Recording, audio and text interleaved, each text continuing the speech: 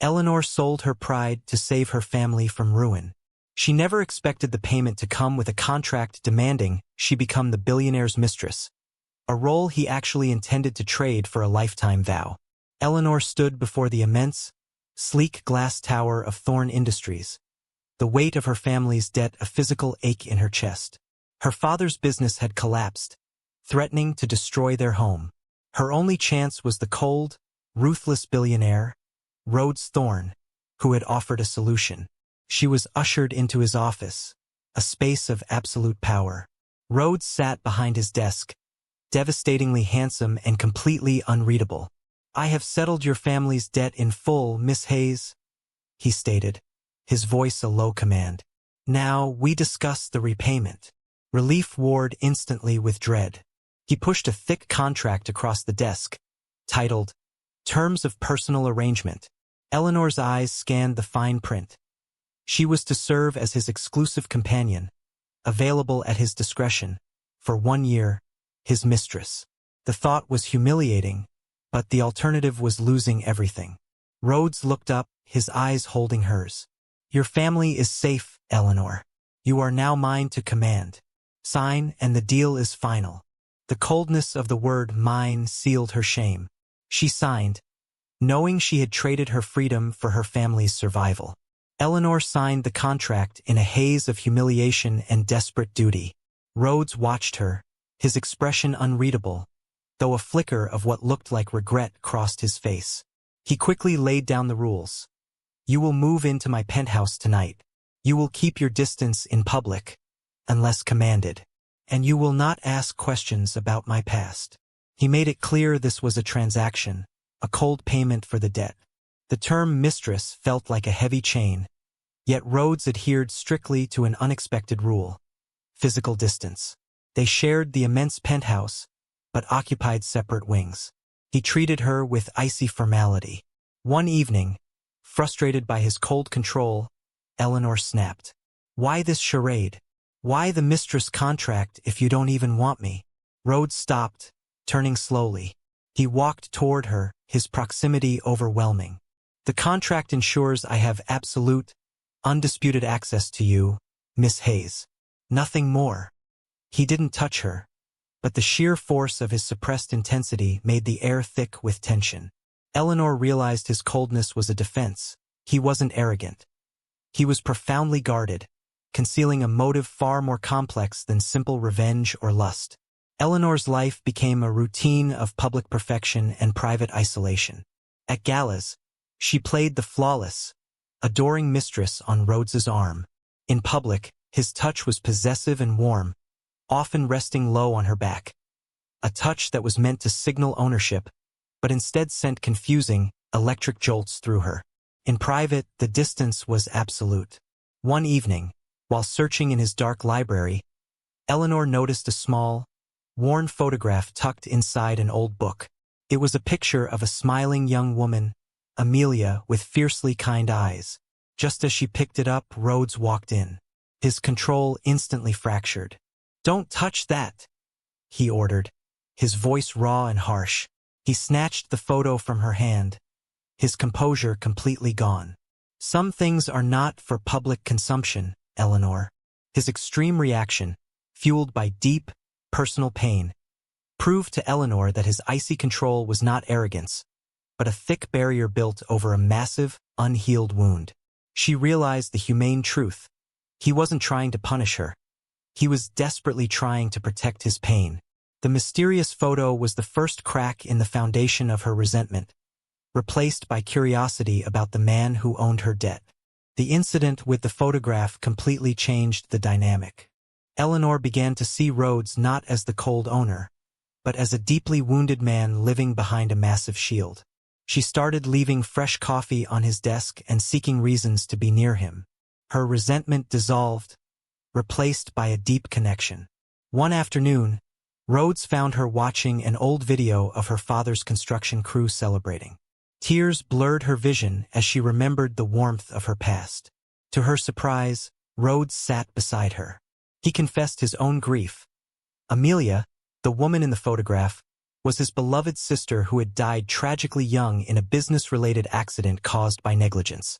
I promised her I would never let anyone ruin what she cared about, he confessed, his voice thick with raw emotion. My entire life now is about control and risk mitigation. He was human, vulnerable, and completely broken. The shared pain, her father's ruin, his sister's death, became the unexpected bridge between them. That night, sitting side by side on the immense sofa, the mistress contract and the shame were forgotten, replaced by a desperate, palpable longing for human connection. The unspoken tension between them was now unbearable. They shared deeper conversations and a mutual understanding of loss that transcended their contractual roles. One evening, after Eleanor's quick wit saved a crucial deal, the atmosphere was electric. Rhodes pulled her aside into his private library, his hands bracing her gently against the shelves of books. You were brilliant tonight, Eleanor, he said, his voice husky with genuine pride and a raw, suppressed desire. Why are you always so much more than what the contract demands? Eleanor reached up, touching the hard curve of his jaw, a reckless, non-contractual move. And why are you so much less ruthless than the world believes? She whispered. The distance evaporated. Rhodes inhaled sharply, his hands lifting to cup her face. The kiss was inevitable, fueled by weeks of denial.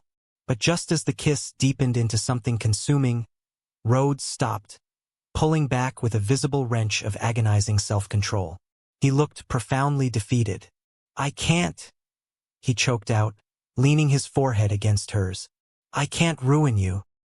His sudden, painful restraint was an act of profound honor that only intensified Eleanor's love for him, confirming his immense human struggle to keep their arrangement strictly business. Rhodes's sudden retreat fueled Eleanor's confusion. If he wanted her, why the restraint? She went to his study, intending to offer to repay the debt, free of the humiliating mistress title. But before she could leave the note, she saw a new financial ledger open on his computer. Her blood ran cold. The ledger revealed the sickening truth. Victor Thorne, Rhodes's powerful, estranged brother, was the true predatory enemy. Victor had trapped her father in debt and insisted on the humiliating mistress contract. Rhodes had paid the debt not just for repayment, but to block his own brother's malicious scheme. The real, terrifying shock was that the contract she signed, the mistress agreement, was a perfect, immediate weapon Victor could use to destroy Rhodes's reputation just before a critical board vote. The contract wasn't about sex or companionship. It was a devastating vulnerability. She realized her father's debt was the bait, and she, the supposed mistress, was the ultimate trap set by Victor. Eleanor's immediate fear was no longer about her humiliation, but about protecting Rhodes from his own ruthless brother. The mistress contract, designed to satisfy a power clause, was a ticking time bomb. She cornered Rhodes immediately with urgent alarm. Your brother, Victor, is the one who trapped my father. And this contract, it's a weapon he can use against you. Rhodes looked at her with resigned acceptance. I know, he admitted, his voice low and weary. I knew Victor was the ultimate threat. That's why I paid the debt. The mistress contract was Victor's idea. He insisted on the term to embarrass me, knowing I needed the temporary arrangement to secure the crucial board vote. But I edited the final contract. There is a clause Victor doesn't know about. He revealed that he had intentionally inserted a loophole. The contract became null and void if they married. I wanted honesty, not a contract, he confessed. But you hated me, and I couldn't risk the truth. He had sacrificed his reputation to protect his corporate power and give her a way out. You wanted marriage, not a mistress? She whispered, tears in her eyes. I wanted you, he confessed simply. The tension was unbearable. Rhodes's confession that he secretly wanted to marry her, not use her, was met with profound relief from Eleanor. I don't hate you, Rhodes, she whispered. I fell in love with the man who leaves coffee outside my door, not the CEO on the news. The admission was immediate and absolute. Rhodes pulled her into a fierce, tender embrace, his face buried in her hair. Thank God, he choked out, his usual composure dissolving completely. I have been dying of fear. He confessed his ultimate vulnerability. He had been fighting Victor for years, believing he had to do it alone, but he knew he couldn't beat him without her. I needed a wife who wasn't afraid of the shadows, someone who could see the good I try to do. I needed you. The shared honesty fueled a desperate, overwhelming need. The contract, the humiliation, and the rules evaporated entirely, replaced by the profound reality of their love. They moved to the master suite, their physical connection driven by years of loneliness and the profound relief of finally finding truth in each other's arms. The intimacy was fierce, passionate, and profoundly gentle, a covenant of their shared future. The passion that followed was intense and completely consuming, driven by the final release of all their secrets and fears. They shed their roles, the calculated billionaire and the indebted mistress, in a desperate, tender rush. The intimacy was fierce, passionate, and protective, sealing their commitment against Victor's coming attack.